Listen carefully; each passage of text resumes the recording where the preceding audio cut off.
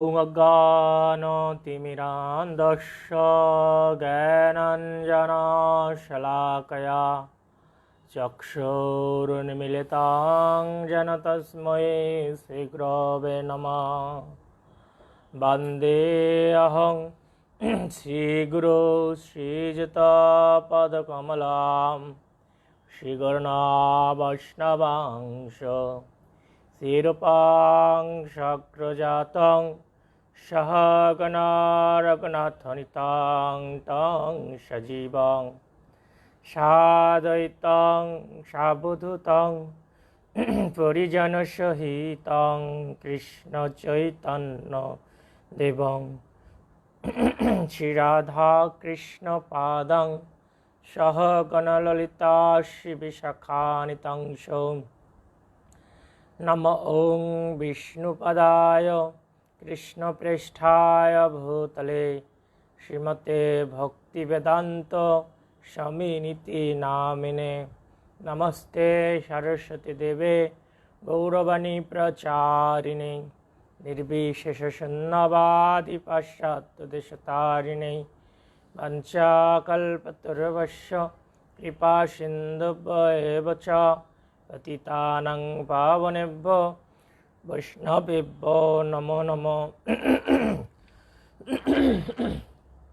जय श्री कृष्ण चैतन्य प्रभु नित्यानंद श्री अद्वैत गदाधर शिवासादि गौरभक्तवृंद। हरे कृष्णा कृष्ण कृष्ण हरे हरे, हरे राम राम राम हरे हरे। ओं नमो भगवते वासुदेवाय। ओं नमो भगवते वासुदेवाय। ओं नमो भगवते वासुदेवाय। नारायणं नमस्कृत्य नरं चैव नरोत्तमं देवीं सरस्वती व्यासं ततो जयमुदीरयेत्। मखं करोति वाचालं पङ्गुलङ्गायते गिरिं यत्कृपातमहं वन्दे परमानन्दमाधवं। श्रीगुरुदिनतारिणां श्रीचैतन्येश्वरम्।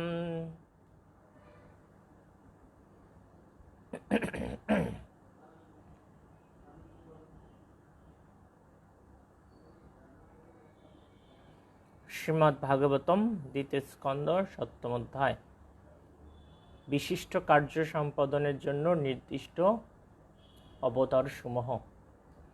আমরা গতকাল 5 নম্বর শ্লোক পর্যন্ত পাঠ করেছি। আজ 6 নম্বর শ্লোক থেকে পাঠ হবে। সকলের শ্রীচরণে প্রণাম নিবেদন করছি এবং সকলকে কৃষ্ণপ্রীতি শুভেচ্ছা সাধুবাদ জানাচ্ছি। ধর্মস্য দক্ষ দুহিতারর্জনিষ্ঠমূর্তাম নারায়ণ নর ইতি শতপ প্রভাব দৃষ্টাত্মনা ভগবত নিয়মবলপম দেবতু অনঙ্গ পতনাঘতিতং নশেকু। তপশ্চর্যা এবং কৃচ্ছ সাধনের নিজস্ব পন্থা প্রদর্শনের জন্য তিনি ধর্মের পত্নী এবং দক্ষের কন্যা মূর্তির গর্ভে নর এবং নারায়ণ এই দ্বিবিধ স্বরূপে জন্মগ্রহণ করলেন। কামদেবের সঙ্গিনী অপ্সরাগণ তার তপস্যা ভঙ্গ করতে এসে যখন দেখল যে তাদের মতো বহু সুন্দরীগণ তার দেহ থেকে নির্গত হচ্ছে, তখন তারা বিফল মনোরথ হয়েছিল।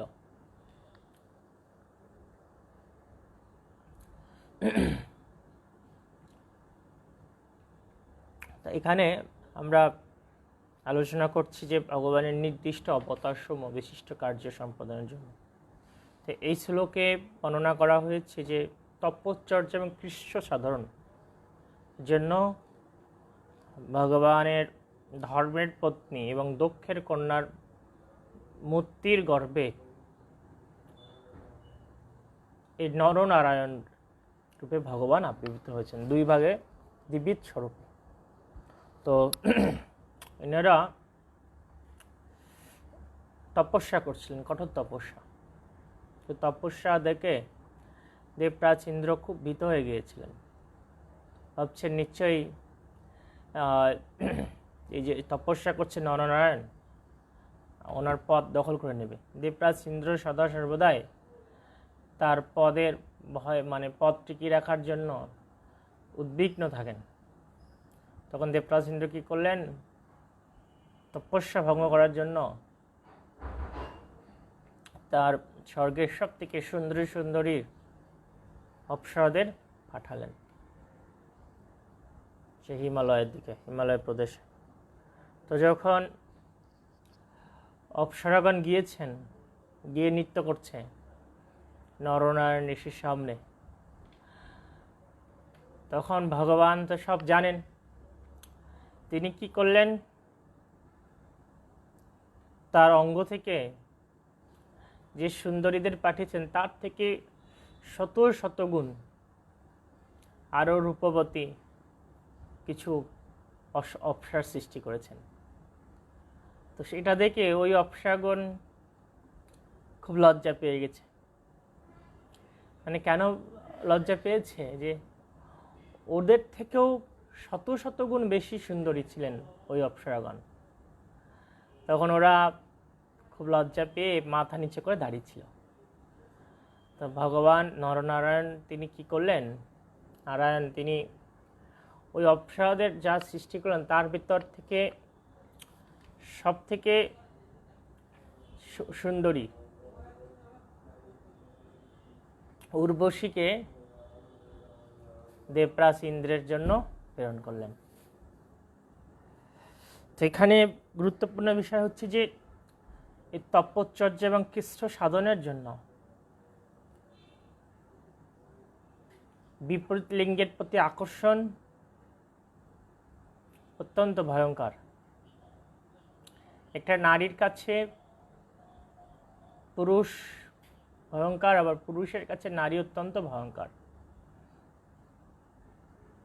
এই কলিযুগে আমরা সাধনা করছি, সকলের জন্য মহাপ্রভু এই ভক্তিযোগের বিধান দিয়েছেন। এটাও একটা তপস্যা, এই কলিযুগের সব থেকে শ্রেষ্ঠ তপস্যা। 16 মালা জপ করা, সুন্দরভাবে 4টি বিধিবিধান পালন করা, ভগবানের মহাপ্রসাদ গ্রহণ করা। তো এই তপস্যা বাধা সৃষ্টি করে বিপরীত লিঙ্গেরকেও। একটা পুরুষের কাছে নারী বাধা, এবার নারীর কাছে পুরুষ হচ্ছে বাধা। কেননা ইন্দ্রসুখ ভোগ হচ্ছে সমস্ত জড়বন্ধনের কারণ।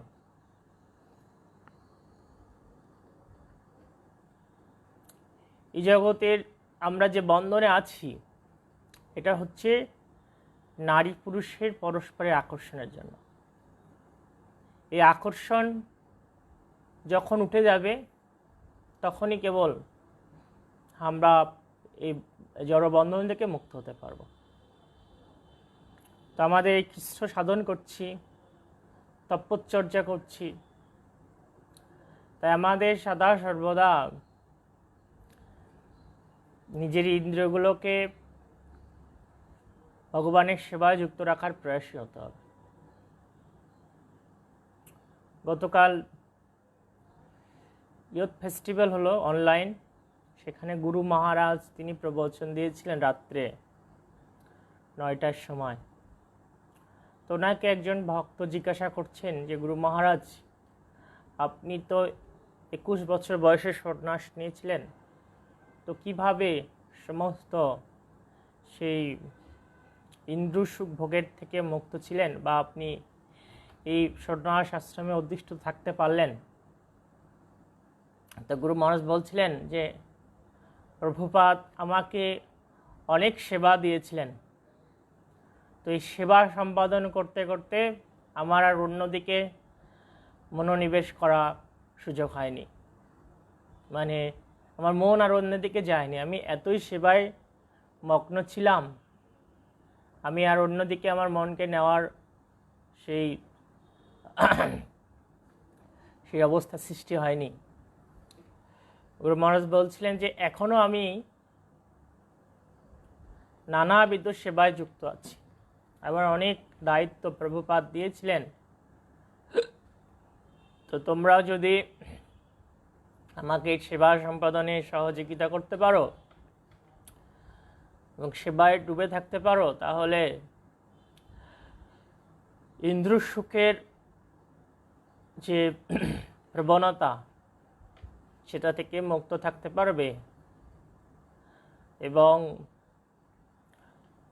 ভগবানের একনিষ্ঠ সেবায় যুক্ত হতে পারবে। এটা গুরুত্বপূর্ণ একটা সব থেকে শ্রেষ্ঠ সিদ্ধান্ত গুরু মহারাজ আমাদের সকলের জন্য দিয়েছেন। প্রত্যেকটা অধ্যত্ত অনুশীলনকারীদের জন্য সেবায় ডুবে থাকলে সমালোচনা আসবে না, নানা বাসনা আসবে না, পরচর্চা আসবে না, পরনিন্দা আসবে না, গৃহের কলহ থাকবে না। কারণ এখন অনেক গৃহে কলহ, স্বামী স্ত্রী, স্ত্রী স্বামীকে সন্দেহ করে, স্বামী স্ত্রীকে সন্দেহ করে, কলহ আছে। তো যখন অনেক সেবায় যুক্ত থাকা হবে তখন মন আর এই সমস্ত কুলসিত বিষয়গুলো চিন্তা করবে না। তাই আমাদের সেবার মধ্যে ডুবে থাকা কর্তব্য, যত সেবা করা যাবে। যদি সেবা না থাকে গ্রন্থ অধ্যয়ন করুন, যদি গৃহে সেবা সব সমাধান হয়ে যায় তাহলে প্রবচন শুনুন। এভাবে আপনি আপনার জীবনকে বিশেষভাবে একান্তভাবে ঐকান্তিকভাবে কৃষ্ণ সেবায় নিযুক্ত করুন। তো এই শ্লোকে যে প্রতিপাদ্য বিষয় হচ্ছে নরনারায়ণ রূপে ভগবানের অবতরণ এবং তপশ্চর্য কৃচ্ছ সাধন। তো ভগবানের এই তপস্যা করার জন্য ইন্দ্র কী করলেন? সুন্দরী অপ্সরাদের পাঠালেন, অপ্সরা নিজেরাই পরাস্ত হলেন। যেমন যারা ময়রা মিষ্টি তৈরি করে তারা কিন্তু মিষ্টির প্রতি আকৃষ্ট হয় না, মিষ্টি খেতে পছন্দ করে না। তেমনি ভগবান তিনি কি করেছেন? তার আহ্লাদিনী শক্তির প্রভাবে অসংখ্য চিন্ময় সুন্দরীদের সৃষ্টি করেছেন।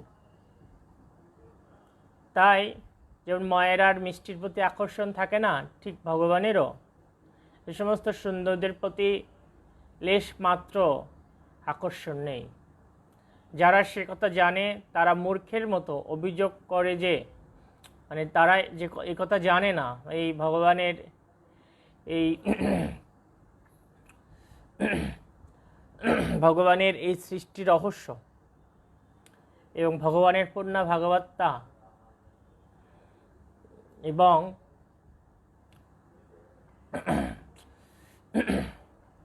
ভগবানের এই দিব্য গুণাবলী, তারা মূর্খের মতো ভগবানকে অভিযোগ করে, দোষারোপ করে।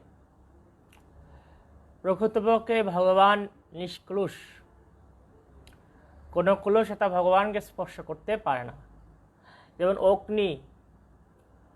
অগ্নিকে কোনো কলুষতা স্পর্শ করতে পারে না, ঠিক অগ্নির থেকেও শত সহস্র গুণ শক্তি সম্পন্ন হচ্ছেন ভগবান।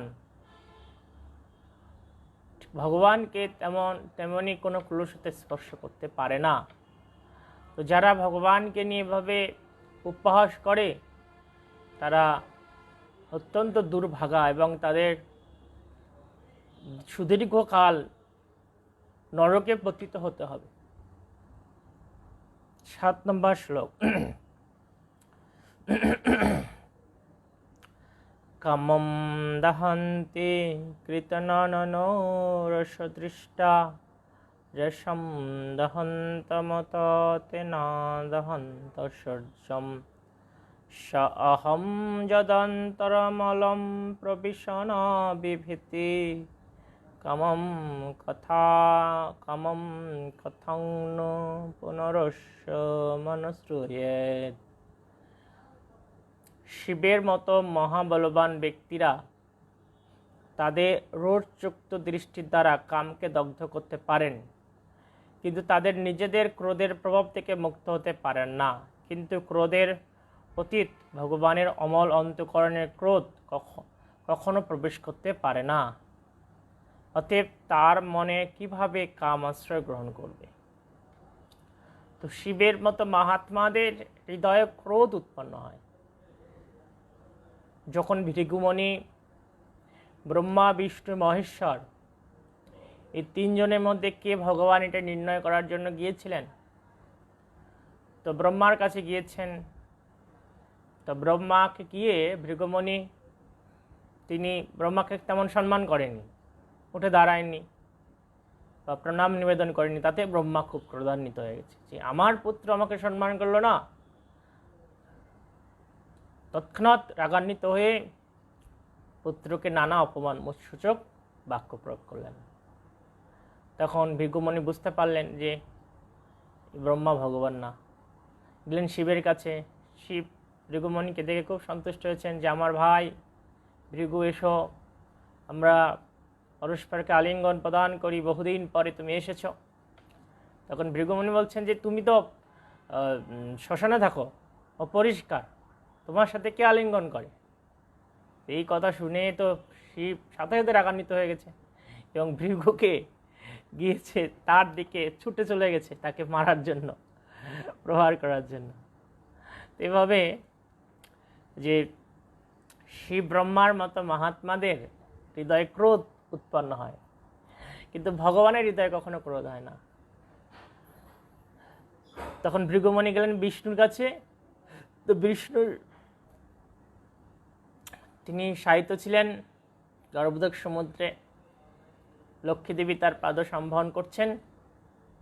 এমত অবস্থায় ভৃগুমুনি গিয়ে সেই বিষ্ণুর বক্ষে আঘাত করেছে, সজোরে লাথি মেরে দিয়েছে। আর তখন শ্রী বিষ্ণু জোরহাত করে বলছেন ভৃগুমুনিকে, হে মুনিবর, হে মুনিশ্রেষ্ঠ, আপনি উত্তম ব্রাহ্মণ, আমার এই সুকঠিন বক্ষে আপনার সুকোমল পদ আঘাতপ্রাপ্ত হয়নি তো বক্ষের স্পর্শে? মানে দেখুন যে ভগবান কত মহান, যে তার বুকে আঘাত করেছেন ভৃগুমুনি, কিন্তু ভগবান উল্টে বলছেন যে আপনার চরণে ব্যথা পাননি তো এই আঘাতে? তো এইভাবে ক্রোধ দ্বারা ভগবান কখনো নিমক মানে আকৃষ্ট হন না, ক্রোধে জর্জরিত হন না। ঠিক ক্রোধ এবং কাম আসে, যখন কাম অপূর্ণ হয় তখন ক্রোধ আসে। কাম এসো ক্রোধ এসো রজগুণ সম্ভব। কাম বাসনা যখন অপূর্ণ থাকে তখন ক্রোধ সৃষ্টি হয়। তো কাম বাসনা মানে কি? শুধুমাত্র যৌনটা কাম বাসনা নয়।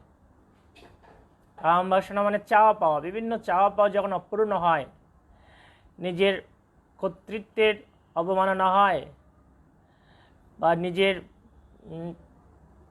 যোগ্যতার অবমাননা হয় বা নিজের চাওয়া পাওয়া অপূর্ণ থাকে, তখন ক্রোধ উৎপন্ন হয়।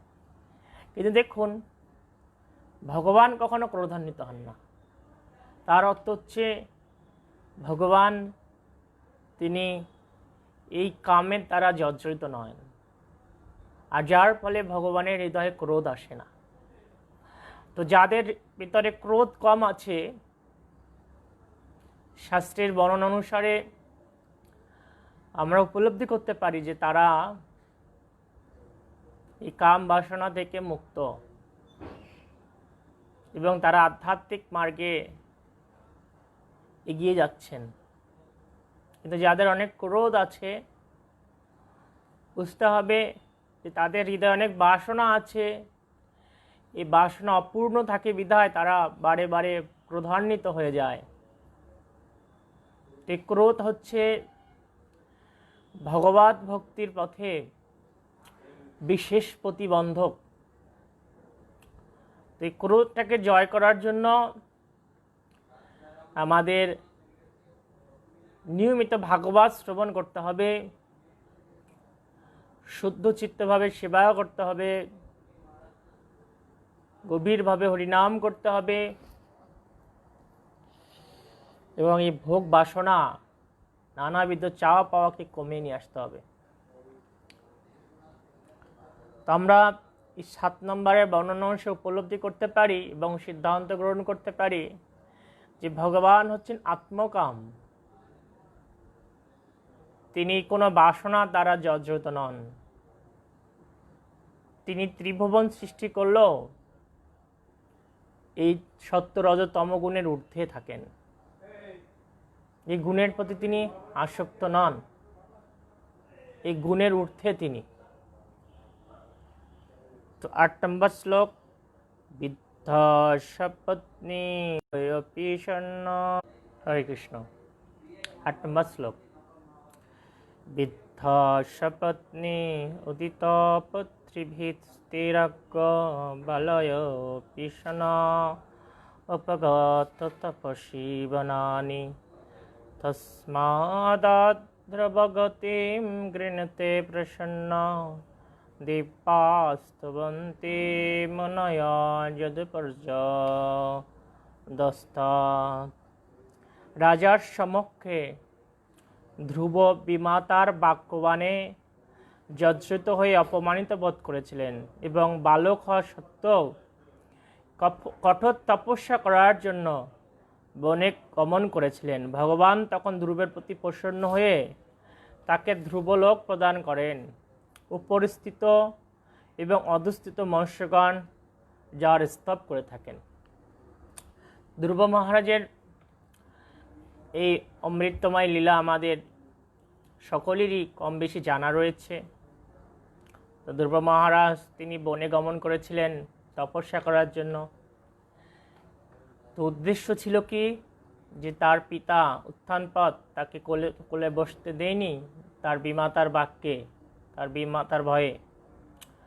তো ধ্রুব মহারাজের পিতামহ ছিলেন প্রপিতামহ ব্রহ্মা।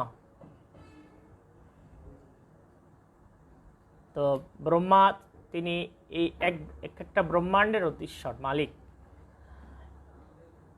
তো এই ব্রহ্মাণ্ড হচ্ছে কিন্তু জড়, চিন্ময় না। ধ্রুব মহারাজের বাসনা কি ছিল, এই ব্রহ্মাণ্ডের থেকেও অধিক পথ, অধিক সেই সাম্রাজ্য তিনি লাভ করতে চেয়েছিলেন।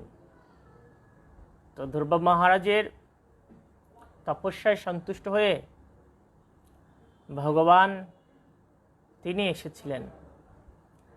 আর ভগবানের সেই অবতরণ, যে অবতার রূপে এসেছিলেন, সেই অবতারকে বলা হয় কৃষ্ণগর্ভ অবতার। কৃষ্ণগর্ভ নামক চতুর্ভুজ রূপে ভগবান এসেছিলেন ধ্রুবকে কৃপা করার জন্য এবং ধ্রুবকে তিনি ধ্রুবলোক দান করেছিলেন, যেটি অভুন্ন বৈকুণ্ঠ। ধ্রুবলোক বৈকুণ্ঠ লোকের মধ্যে কখনো বিনষ্ট হবে না, চিন্ময়। আর সেই ধ্রুবলোকে উপরিস্থিত উপরের এবং অধস্থিত যে সমস্ত মহর্ষিরা রয়েছেন, তারা সকলেই ধ্রুব মহারাজের স্তুতি করেন, গুণকীর্তন করেন, তার মহিমা কীর্তন করেন। তো ভগবান তিনি তার শুদ্ধ ভক্তদের মনোবাসনা পূর্ণ করেন। নিষ্ঠাবান ভক্ত যখন ঐকান্তিকভাবে ভগবানের সাক্ষাৎ লাভের জন্য বদ্ধপরিকর হন, তখন ভগবানের শুদ্ধ ভক্ত তার সম্মুখে আবির্ভূত হয়ে তাকে পথ প্রদর্শন করেন এবং কেবল শুদ্ধ ভক্ত কর্তৃক প্রচলিত হওয়ার ফলে তিনি ভগবানকে দর্শন করার সর্বোচ্চ সিদ্ধি লাভ করেন। শ্রীল প্রভুপাদ তিনি তার মনোভাব ব্যক্ত করেছেন যে নিষ্ঠাবান ভক্ত যখন ভগবানকে পেতে ঐকান্তিকভাবে আগ্রহী হন, বদ্ধপরিকর হন, তখন ভগবানের শুদ্ধ ভক্ত তাকে পথ নির্দেশনা দান করেন।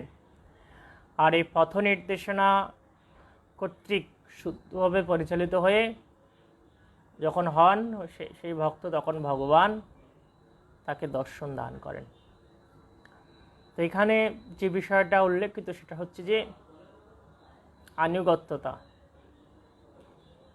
প্রকৃতপক্ষে আমাদের নিজের যোগ্যতায় ভগবানকে প্রাপ্ত হওয়া সম্ভব। এখানে যেটা গুরুত্ব দেওয়া হচ্ছে সেটা হচ্ছে কোনো ভক্ত যদি আমাকে করুণা দান করেন, কোনো ভক্তের নির্দেশনায় যদি আমি চলি, তাহলে কেবল ভগবানকে প্রাপ্ত হওয়া সম্ভব। যেমন আমরা সকলে জানি যে ধ্রুব মহারাজ যখন তপস্যা গিয়েছিলেন, তো তার ঐকান্তিকতা দর্শন করে নারদ মুনি এসেছিলেন। তো নারদ মুনি প্রথমে ধ্রুবকে পরীক্ষা করেছেন যে ধ্রুব, তুমি তো অনেক ছোট আছো, তোমার 5 বছর বয়স, এই সময় কেউ তপস্যা করে নাকি? এখন তুমি খেলাধুলো করবে, ঘুরে বেড়াবে, রাজ্য সুখ ভোগ করবে, তুমি এখানে তপস্যা এসেছো? তো এইরকম তপস্যা করে আসলে ভগবানকে পাওয়া যায় না। এভাবে পরীক্ষা করছেন নারদ মুনি। তখন ধ্রুব বলছেন, দেখুন, আপনি যদি আমাকে ভগবানকে প্রাপ্ত হওয়ার ব্যাপারে সহযোগিতা করতে পারেন তাহলে বলুন, না হলে আমার সময় নষ্ট করবেন না। দেখুন, এই হচ্ছে ঐকান্তিকতা। শুদ্ধ ভক্ত তার সময় নষ্ট করেন না কোনোভাবে। নারদ মুনিকে সাথে সাথে বলে দিয়েছেন যে আপনি যদি আমাকে ভগবানের সাক্ষাৎ পাওয়ার জন্য সহযোগিতা করতে পারেন তাহলে ভালো, না হলে আমার সময় আপনি নষ্ট করবেন না, আপনি চলে যান। তখন ধ্রুব মহারাজের ঐকান্তিকতা দর্শন করে নারদ মুনি খুব সন্তুষ্ট হয়ে তাকে আশীর্বাদ প্রদান করলেন এবং তাকে শ্রীকৃষ্ণ প্রাপ্তির উপায়, ভগবানকে দর্শন পাওয়ার উপায় বর্ণনা করলেন। দেখুন, সেটাই ছিল প্রভুপাদ এখানে বলছেন, আমাদের প্রথমে ঐকান্তিক আগ্রহ থাকতে হবে, সেবাভাব থাকতে হবে, তখন ভগবানের ইচ্ছায় এবং আমাদের সাধনার উপরে ভিত্তি করে শুদ্ধ ভক্তরা আসবেন, এসে আমাদেরকে দিক নির্দেশনা দেবেন। কোনো না কোনো শুদ্ধ ভক্ত, আর হয়তো তিনি আমাদেরকে পরীক্ষাও করতে পারেন নানাভাবে। আর বিশেষ করে সেই ব্যক্তিটা হচ্ছেন যিনি আমাদের গাইড করছেন, আমাদের শিক্ষাগুরু। তিনি আমাদেরকে নানাভাবে পরীক্ষা করতে পারেন। যেমন এখানে নারদ মুনি তিনি ধ্রুব মহারাজকে নানাভাবে পরীক্ষা করছেন, ঠিক শিক্ষাগুরু তিনি ভগবানের ইচ্ছায় সেই অধীনস্থ শিষ্যকে পরীক্ষা করেন। শ্রীল ভক্তিবিনোদ ঠাকুর বলেছেন যে শিক্ষাগুরু এবং দীক্ষাগুরু সম পর্যায়ে ভক্ত। দীক্ষাগুরু যেহেতু ভগবানের প্রকাশ, ঠিক শিক্ষাগুরু ভগবানের করুণায়, ভগবানের ইচ্ছাতেই তিনি প্রচার করেন, ভগবানের শক্তিতে শক্তিমান।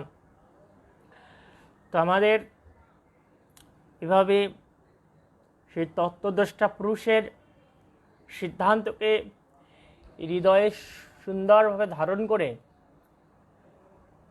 ভক্তিজীবন অনুশীলন করতে হবে, আর তাহলেই সে সর্বোচ্চ সিদ্ধি ভগবানকে দর্শন লাভ হবে। 9 নম্বর শ্লোক,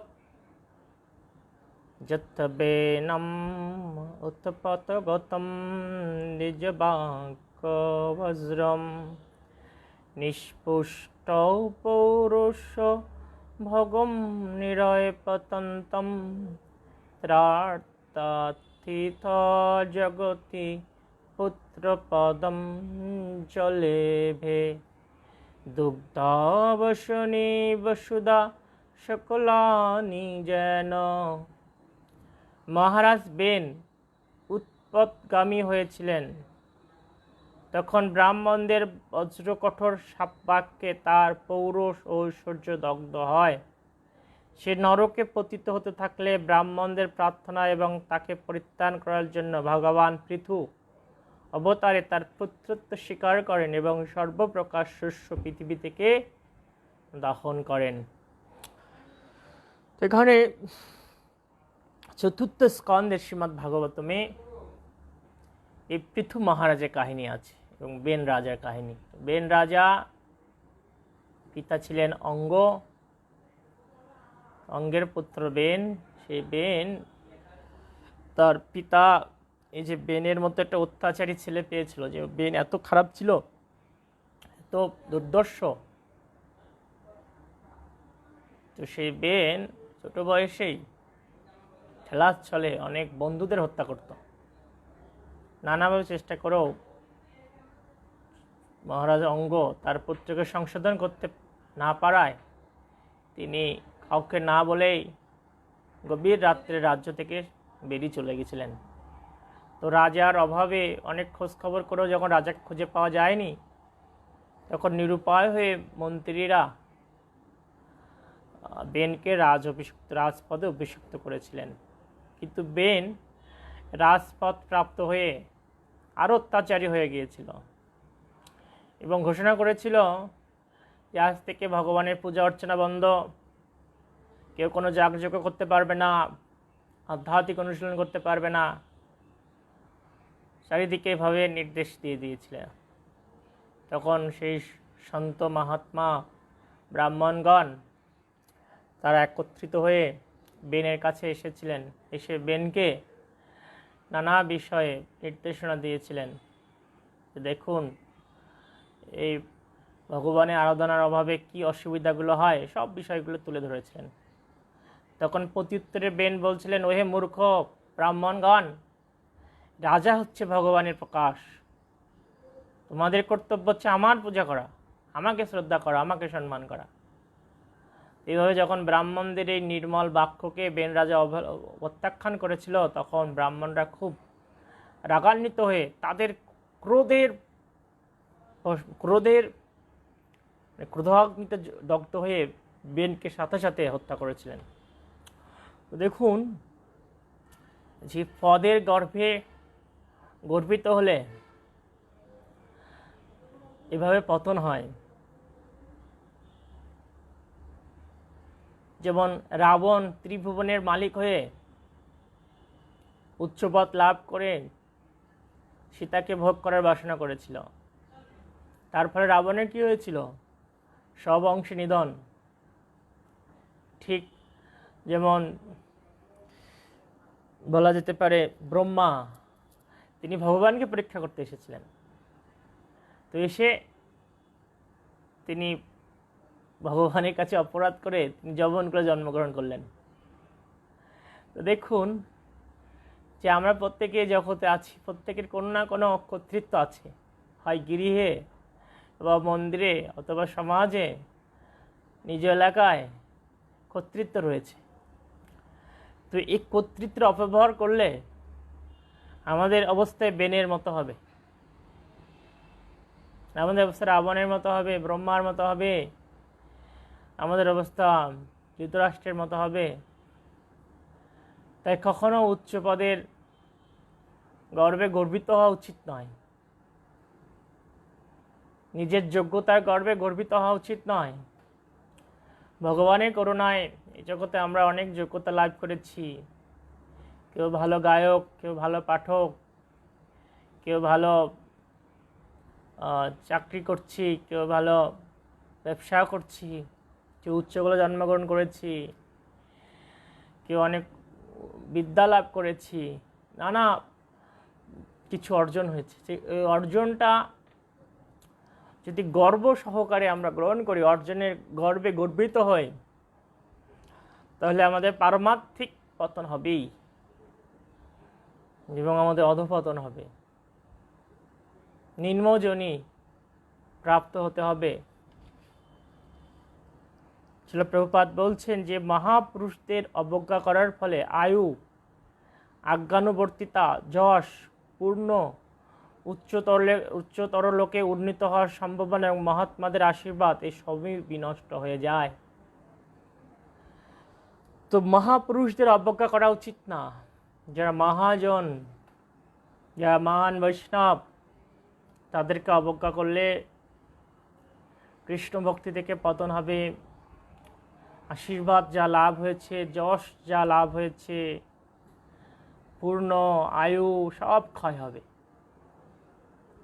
যেমনটি কার হয়েছিল? হিরণ্যকশিপু। মানে এক তপস্যায় সর্বোচ্চ স্তর লাভ করেছিল হিরণ্যকশিপু।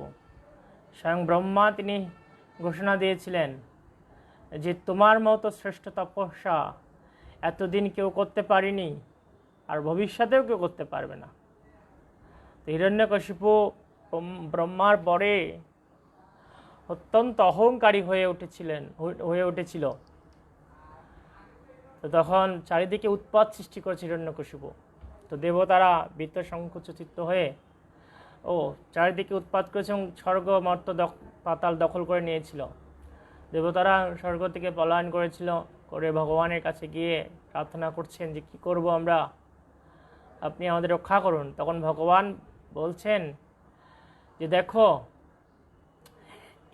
এ সাধনার শক্তিতে অত্যন্ত শক্তি লাভ করেছে, কিন্তু এর সাধনার শক্তি তখনই দূর হয়ে যাবে, তখনই নষ্ট হয়ে যাবে যখন এই হিরণ্যকশিপু তার মহান ভাগবত সন্তান প্রহ্লাদ মহারাজের উপর অত্যাচার করবে, তাকে অপমান করবে, তাকে কষ্ট দেবে। তখন এর সমস্ত সুকৃতিগুলো নষ্ট হয়ে যাবে, তপস্যার শক্তি নষ্ট হয়ে যাবে, আর তখনই এর পতন হবে। তো ঠিক তেমনই হলো যে হিরণ্যকশিপু যখন প্রহ্লাদের উপর অত্যাচার শুরু করেছিল, তখন থেকে তার তপস্যার শক্তি কমে গিয়েছিল। এভাবে তার মৃত্যু হয়েছিল ভগবানের হাতে। তো দেখুন, আমরা যারা শিল প্রভুপাদের করুণায় কিছু তপস্যা করছি, কিছু সাধনা করছি, কিছু অর্জন হচ্ছে আমাদের। প্রত্যেক দিন যে নাম জপ করছি, আমরা অর্জন করছি, ভগবত ভক্তির পথে এগিয়ে যাচ্ছি। কিন্তু যদি আমরা কোনো মহাত্মাদের উপহাস করি, অপমান করি, অবজ্ঞাসূচক বাক্য প্রদান করি, তাহলে আমাদের যতটুকু অর্জন এটুকু ক্ষয় হয়ে যাবে, পূর্ণ ক্ষয় হবে, আমাদের সদ্গুণাবলীগুলো নষ্ট হয়ে যাবে, ভজনের রুচি থাকবে না, সাধু সঙ্গ আর হবে না, ভাগবত শ্রবণ অধ্যয়ন হবে না। তাই আমাদের কখনো মহান বৈষ্ণব মহাত্মাদের অবজ্ঞা করা উচিত নয়, তাদেরকে উপহাস করা উচিত নয়। এখানে আরেকটা বিষয় হচ্ছে যে যেহেতু বেন রাজাকে হত্যা করা হয়েছিল, তো তার নরকের দিকে পতন হচ্ছিল। তাকে নরক থেকে মুক্ত করার জন্য সমস্ত মহাত্মারা কী করলেন, তার শরীর বিশেষভাবে মন্থন করে ভগবান পৃথুকে নিয়ে আসলেন। পৃথু অবতার রূপে আসলেন, ভগবানের অবতার। আর পৃথু মহারাজ তিনি এসে কি করলেন, এই জগৎকে শস্যময় করলেন, মানে শস্যে পরিপূর্ণ করলেন। এবং পৃথু মহারাজের সময় থেকে এভাবে শস্য উৎপাদনটা পরিপূর্ণ হয়েছিল। এবং পৃথু মহারাজের আরও অনেক বিশেষ গুণের কথা বর্ণনা রয়েছে শ্রীমদ্ ভাগবতমে। পৃথু মহারাজ ছিলেন শ্রেষ্ঠ শাসক, শ্রেষ্ঠ রাজা। তিনি তার সমস্ত প্রজাদের নিজের পুত্রের মতো ভালোবাসতেন, তাদের যা কিছু প্রয়োজন প্রদান করতেন। আবার তিনি ছিলেন তার শাসনে বজ্রের মতো কঠিন। তো শিল প্রভুপাদ সেই সমস্ত শ্লোকের তাৎপর্যে সিদ্ধান্ত দিয়েছেন যে পৃথু মহারাজের মতো রাজা দরকার বর্তমানে। এবং আমাদের যে ইসকনের লিডারশিপ ট্রেনিং হয়, সেখানে পৃথু মহারাজের চরিত্র আলোচনা হয়, পৃথু মহারাজের শিক্ষা আলোচনা হয়। তো এই বিষয়গুলো আমরা পরবর্তী চতুর্থ স্কন্ধে যে ভালোভাবে অবগত হতে পারবো। এরপরে হচ্ছে 10 নম্বর শ্লোক। নাভে অশৈ ঋষভসৌষুধ বিষ্ণু जो वै चचार समुद्रिक जरजगोचरजं यत्पारमहंसं ऋषय पदमन्ति স্বস্তোপশান্তকরণ পরিমুক্ত সঙ্গ। মহারাজ নাভি এবং তার পত্নী সুদেবীর পুত্ররূপে ভগবান আবির্ভূত হয়ে ঋষভদেব নামে পরিচিতি লাভ করেন। তিনি মনের সাম্যভাব লাভের জন্য জড়যোগ অনুশীলন করেছিলেন। এই অবস্থাকে পারমহংস বা মুক্তির চরম সিদ্ধ অবস্থা বলে মনে করা হয়, যে স্তরে জীব তার স্বরূপে অবস্থিত হয়ে পূর্ণরূপে প্রশান্ত চিত্ত হয়। এই মহারাজ ঋষভদেবের কার্যকলাপ মহিমা শ্রীমদ্ ভাগবতমের পঞ্চম স্কন্ধে আলোচনা রয়েছে। মহারাজ ঋষভদেব তিনি ভগবানের অবতার। তো তিনি এসে কি করলেন, যে মনের সাম্যভাব লাভের জন্য তিনি কি করেছিলেন, পরমহংস স্তর যে কিভাবে আচরণ করতে হয়, কিভাবে এই জড়জগতের প্রতি নিরাসক্ত হতে হয়, সেই আদর্শ তিনি শিক্ষা দিয়েছিলেন। তার 100 জন পুত্র ছিল ঋষভদেবের। তার ভিতরে জ্যেষ্ঠ ছিলেন ভরত মহারাজ। তিনি পরবর্তীতে শশাগড়া পৃথিবীর সম্রাট ছিলেন এবং তারই নাম অনুসারে এই পৃথিবীর নাম হয়েছিল ভারতবর্ষ। তো ভরত মহারাজ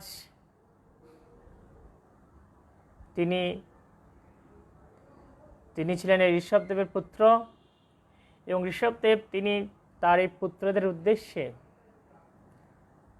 নানা উপদেশ দিয়েছিলেন, অমৃতময় উপদেশ, সংসার বন্ধন, কিভাবে দেহ সুখ থেকে মুক্ত হওয়া যায়, কিভাবে পরমেশ্বর ভগবানের প্রীতিবিধান করা যায়, এই সমস্ত নানা বিষয়ে নির্দেশনা দিয়ে তিনি সেই রাজপথ থেকে অবসর গ্রহণ করেছিলেন। করে তিনি কি করেছিলেন, অবধূতের ন্যায় ঘুরে বেড়াতেন বস্ত্রহীন অবস্থায়। তো তাকে অনেকে পাগল মনে করে তার দিকে ঢিল নিক্ষেপ করত, পাথর নিক্ষেপ করত, কিন্তু ঋষভদেব নির্বিকার থাকতেন। তিনি কোনো কিছুতে বাধা দিতেন না। ঋষভদেব এক জায়গায় অবস্থান করতেন একটা সময় অজগরের ন্যায়, সেখানে তিনি মলমূত্র ত্যাগ করতেন। তার শরীরে মল লেগে থাকত, কিন্তু তার শরীরে এই মল এত সুগন্ধ ছিল, 10 যোজন পর্যন্ত এই সুগন্ধ সুবিস্তৃত হতো। তো অনেকে এভাবে ঋষভদেবকে অনুকরণ করতে যায়। বর্তমানে অনেক এভাবে যারা ধর্মকে বিকৃত করছে, তারা ঋষভদেবের অভিনয় করে এভাবে করতে যায়। কিন্তু শ্রীল প্রভুপাদ বলছেন যে কেউ যদি ঋষভদেব হতে চায় তাহলে তার মলমূত্র এরকম সুগন্ধময় হতে হবে। যারা প্রকৃত পরমহংস স্তরে অধিষ্ঠিত রয়েছেন তাদের সব কিছুই দিব্য, উন্নত। তো দিব্য স্থিতিতে যারা রয়েছেন তাদের দর্শনে যেমন পবিত্র হওয়া যায়, তাদের স্পর্শে পবিত্র হওয়া যায়, তাদের কথা শুনলে পবিত্র হওয়া যায়।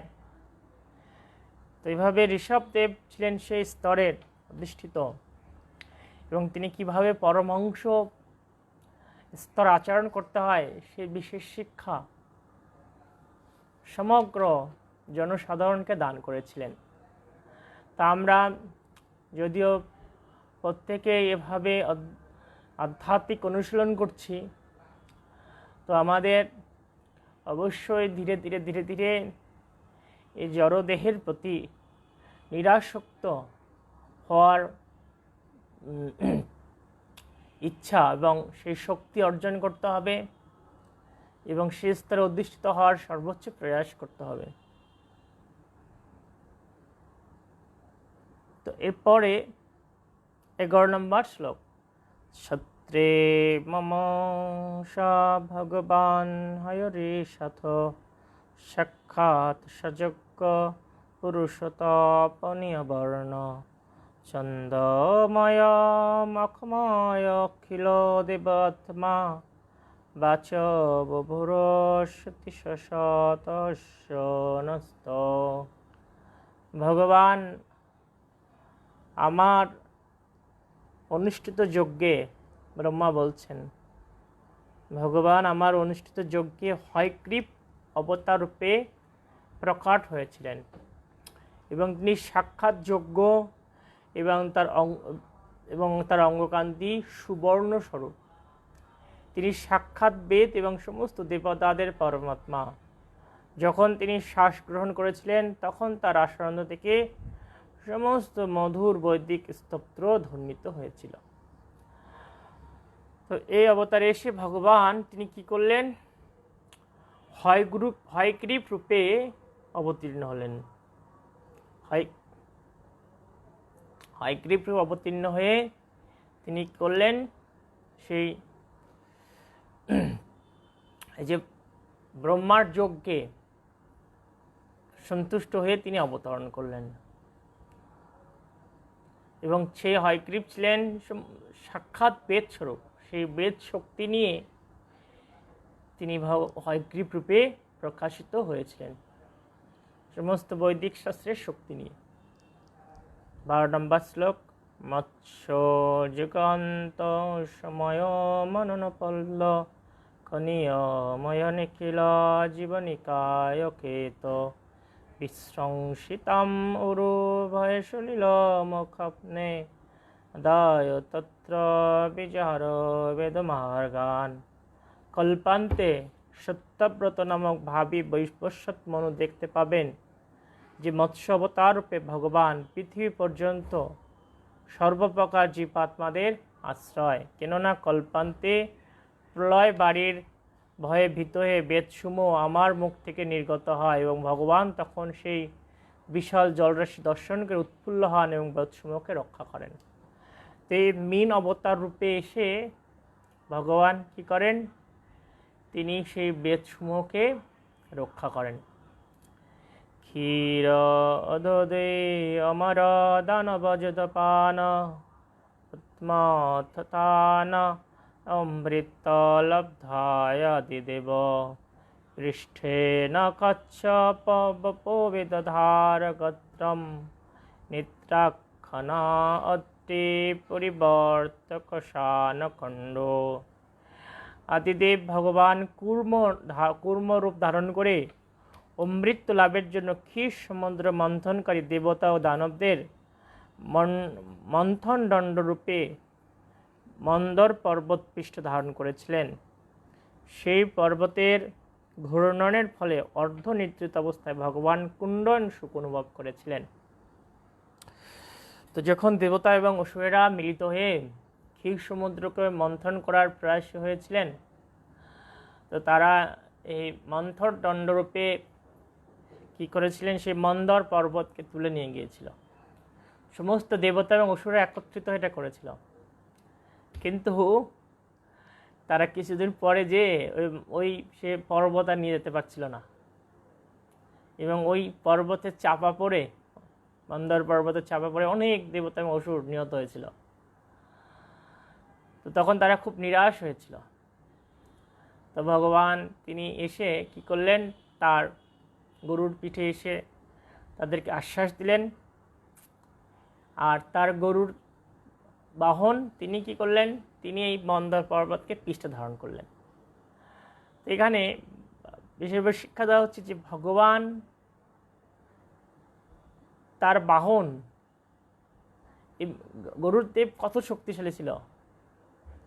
সমস্ত দেবতা অসুররা তারা মিলে এই পর্বতকে উঁচু করতে পারছিল না, নিয়ে যেতে পারছিল না। তো সেই গরুর দেব অনায়াসে, একটা হাতি যেমন তার সুরে একটা পদ্মফুলকে টেনে তোলে, অনায়াসে গরুর দেব তিনি এই পর্বতকে পৃষ্ঠ করে নিয়ে এই ক্ষীর সমুদ্রে নিয়ে নিক্ষেপ করেছিলেন।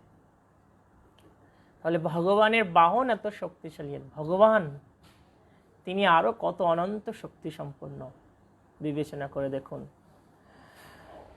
তো যখন ক্ষীর সমুদ্রে নিক্ষেপ করা হলো মন্দর পর্বতকে, তো মন্থর দণ্ডরূপে ব্যবহৃত হলো বাষ্পী নাগ। তো কি হলো যে সেই মন্দর পর্বত এত ভারী যে ক্ষীর সমুদ্রে মন্থন করবে দুদিকে ধরে, কিন্তু ডুবে যাচ্ছিল। ডুবে গেলে তো আর সেটা মন্থন করা যাবে না।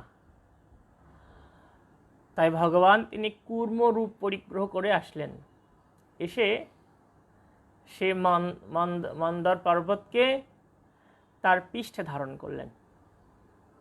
তো পৃষ্ঠে দিয়ে কি হলো, এভাবে পৃষ্ঠের উপর রেখে ঘোরানো হচ্ছে।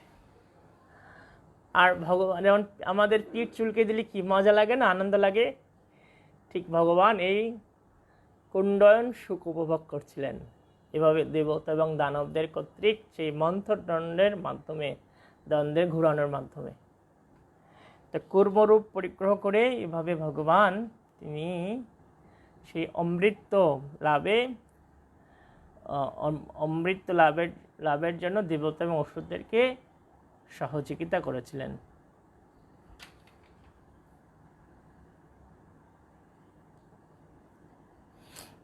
14 নম্বর শ্লোক। পৃষ্ঠ উর্ভয় হাস নৃসিংহ রূপম কিত্র্যা ভ্রমত ভ্রুকুটি দংষ্ট খরল ভক্তম দৈত্য ইন্দ্রমংসু গদায়ভিপতন্ত মারা দুরৈ নিপাত্য বিদদার নখৈ স্ফুরন্তম। পরমেশ্বর ভগবান দেবতাদের মহাভয় দূর করার জন্য ভয়ঙ্কর ভ্রুকুটি দন্ত ভীষণ বদনযুক্ত নৃসিংহ রূপ ধারণ পূর্বক গদাহস্তে আক্রমণ করে দৈত্যরাজ হিরণ্যকশিপুকে তার উরুদেশে স্থাপন করে নখ দ্বারা তার বক্ষস্থল বিদীর্ণ করেছিলেন। তো এই নৃসিংহ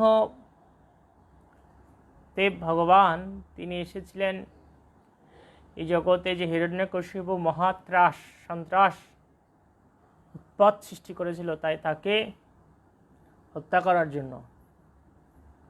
এবং এই নৃসিংহ অবতরণে একটা বিশেষ শিক্ষা হচ্ছে যে জীব যতই শক্তি অর্জন করুক না কেন, তার তপস্যার মাধ্যমে সেই শক্তি ভগবানের শক্তির তুলনায় অত্যন্ত নগণ্য। আমরা যেমন কিছু ঐশ্বর্য, কিছু বিদ্যা বুদ্ধি পেয়ে নিজেদের অনেক বড় বলে মনে করি, হিরণ্যকশিপু অনেক বড় তপস্যা করেও সেরকম নিজেকে অনেক বড় বলে মনে করে নিজেকে ভগবান বলে প্রতিষ্ঠিত করতে চেয়েছিল। তো ভগবান তার সমস্ত অহংকারকে শুধু নখ দিয়ে বিদীর্ণ করে অহংকার দূর করেছিলেন। তো এখান থেকে শিক্ষণীয় বিষয় হচ্ছে যে আমাদের কখনোই অহংকারে বশবর্তী হওয়া উচিত নয়। আমাদের কখনোই ভগবানের সিদ্ধান্তকে অবমাননা করা উচিত নয়। আমাদের সর্বদাই উচিত ভগবানের শিক্ষাকে হৃদয়ে ধারণ করে এগিয়ে যাওয়া। এই প্রহ্লাদ মহারাজের কাহিনী সপ্তম স্কন্ধে বর্ণিত আছে। এগুলো ধারাবাহিক পাঠের মাধ্যমে আপনারা ভালোভাবে অবগত হতে পারবেন। 15 শ্লোক। অন্তঃসরসি উর্বলেন পদে গৃহীত গ্রহান যুথ পথি রম্ভজহস্ত আর্ত অহো এদম আদিপুরুষ অখিল লক্ষনাথ তীর্থ শ্রবণ মঙ্গল নমোধেয়।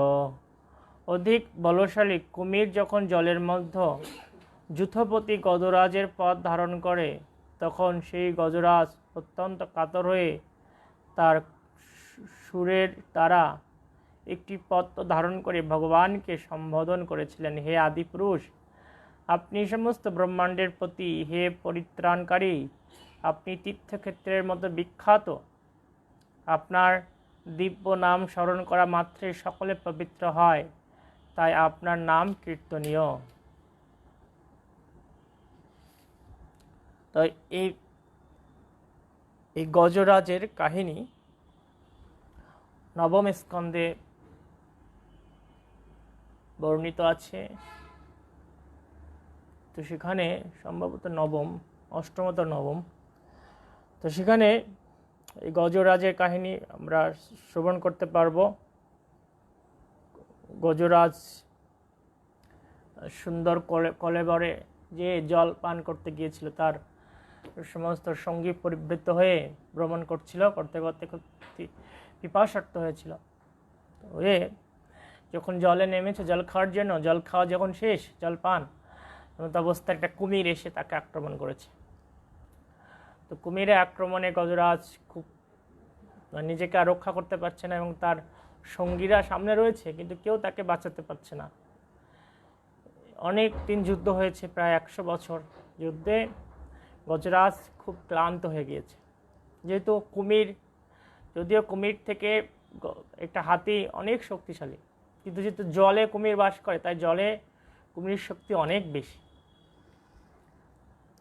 ঠিক অনুরূপভাবে বলতে পারি যে কলির থেকে কৃষ্ণ ভক্তির শক্তি অনেক বেশি, কিন্তু যেহেতু এটা কলিকাল, তাই কলির শক্তি অনেক রয়েছে। আমরা কলিকালের মধ্যে রয়েছে যেহেতু কলির শক্তির অনেক ক্ষমতা আছে, অনেক প্রখরতা রয়েছে। তো গজরাজ যেমন সেই ওই কুমিরের আক্রমণ থেকে নিজেকে রক্ষা করতে অসমর্থ হয়েছিল, অবশ্যই গজরাজ কী করেছিল, ভগবানের উদ্দেশ্যে একটা পদ্ম ফুল যেটা জল দিয়ে ভেসে যাচ্ছিল অর্পণ করেছিল। ঠিক আমরা এই কলির যে জর্জরিত কলির প্রভাবে, চারিদিকে কলির প্রভাব, যেমন যারা বাসা বাড়িতে থাকে হয়তো তারা ভক্ত, কিন্তু পাশের ফ্ল্যাটে অভক্ত, মাছের গন্ধ আসে, মাংসের গন্ধ আসে, তো কলির প্রভাব। তো গজরাজ যেমন ভগবানকে তার হৃদয়ের ভক্তি অর্পণ করে সেই কুমিরের আক্রমণ থেকে রক্ষা পেয়েছিল, ঠিক আমরা আমাদের হৃদয়ের শুদ্ধ ভক্তি ভগবানকে নিবেদন করে এই কলির প্রভাব থেকে মুক্ত হতে পারব। কিন্তু যদি এটা না করি, যেমন গজরাজ অনেক শক্তিশালী হওয়া সত্ত্বেও কুমিরের আক্রমণ থেকে নিজেকে রক্ষা করতে পারছিল না, ঠিক আমরা যতই শক্তিশালী নিজেদের বলে মনে করি না কেন, ভগবানের করুণা, ভগবানের প্রতি ঐকান্তিক ভক্তি যদি আমরা যাজন করতে না পারি, তাহলে আমাদের অবস্থা খুব শোচনীয় হবে। 16 শ্লোক। শ্রুত্তা হরিতম অরুণার্থ্য প্রেয়ম চক্র আয়ুধ পতক রাজ ভজ অধীর চক্রে নক্র বদনং বিনিপট্ট তস্মা দন্তে প্রগ্রজ ভগবান কৃপয়া উজ্জহার। চক্রপাণী শ্রীহরি সেই শরণার্থী গজরাজের আর্তনাদ শ্রবণ করে পক্ষীরাজ গরুড়ের পৃষ্ঠে আরোহণপূর্বক তার চক্রের দ্বারা কুমিরের বদন দ্বিখণ্ডিত করেছিলেন এবং কৃপাপূর্বক গজরাজের সুর ধরে তাকে কুমিরের মুখ থেকে উদ্ধার করেছিলেন। তো এইভাবে ভগবান অবতরণ করেছিলেন, গরুড়ের পৃষ্ঠে করে অবতরণ করে তিনি সেই গজরাজকে রক্ষা করেছিলেন। তো এরকম আমরা যখন ভগবানের শরণাপন্ন হব, তখন ভগবান আমাদেরকে মায়া এবং কলির প্রভাব থেকে মুক্ত করে, যেমন সেই গজরাজের সুর ধরে টেনে তুলে নিয়ে আসছিলেন সেই নদী থেকে, ঠিক ভগবান আমাদেরকে এই কলির প্রভাব, মায়ার প্রভাব এবং সংসারের বন্ধন থেকে তিনি আমাদের হাত ধরে টেনে গোলক বৃন্দাবন ধামে ফিরিয়ে নিয়ে যাবেন, শুধুমাত্র যদি আমরা ঐকান্তিক ভক্তি ভগবানের প্রতি অর্পণ করি। এই ঐকান্তিক ভক্তি অর্পণ করার মাধ্যমেই কেবল আমরা ভগবানের করুণা পাবো, ভগবান ধামে ফিরে যেতে পারবো। তাই আসুন আমরা আরও শুদ্ধভাবে হরি ভজন করি। আগামী 18 তারিখ থেকে পুরুষোত্তম মাস, এই 1 মাস অনেক সাধনা করি আমরা প্রত্যেকেই। যেটুকু জপ করছি তার অধিক অধিক গুণ জপ করি প্রতিদিন, বেশি করে ভাগবতম অধ্যয়ন করি, একটা নিয়ন্ত্রিত জীবনযাপন করি 1টা মাস। দেখবেন এই 1 মাসের তপস্যায় আমরা অনেক এগিয়ে যেতে পারবো ভক্তি মার্গে। তো সবাই 1টা মাস কঠোর ইন্দ্র সংযম করবেন, ব্রহ্মচর্য পালন করবেন, মিথ্যা বলা, চুরি করা, পরচর্চা, পরনিন্দা এগুলো বর্জন করবেন। 1টা মাস খুব সুন্দরভাবে ভগবানের সেবা করুন। আমাদের গুরু মহারাজ আজকে প্রবচনে বলছিলেন যে দামোদর মাসে আমরা ছোট গোপালের পূজা করি, কিন্তু এই পুরুষোত্তম মাস কেন অধিক আরও গুরুত্বপূর্ণ? এই মাসে আমরা সাক্ষাৎ রাধা কৃষ্ণের উদ্দেশ্যে ভক্তি অর্পণ করি, আমাদের সেবা অর্পণ করি। আর আমাদের জীবনের উদ্দেশ্য তো সেই গোলক বৃন্দাবনে রাধা কৃষ্ণের কাছে ফিরে যাওয়া। এই পুরুষোত্তম মাস এর অধিষ্ঠাত্রী হচ্ছে রাধা এবং কৃষ্ণ। তো আমাদের এই মাসটাকে অনেক গুরুত্ব দিয়ে পালন করতে হবে। প্রত্যেকেই সর্বোচ্চভাবে সাধন ভজন করুন, এই প্রার্থনা নিবেদন করছি। হরে কৃষ্ণ কৃষ্ণ কৃষ্ণ হরে হরে, হরে রাম রাম রাম হরে হরে। তো গুরু মহারাজ বলছিলেন আজকে আগামী 17 তারিখ হচ্ছে বিশ্ব হরিনাম দিবস। এটা হচ্ছে হরিনাম সপ্তাহ চলছে। তো প্রত্যেকেই হোয়াটসঅ্যাপ অথবা ফেসবুকে কমপক্ষে একবার লাইভে এই হরিনাম করে আপলোড দেবেন। তো এর মাধ্যমে সারা বিশ্বে হরিনামটা পৌঁছে যাবে।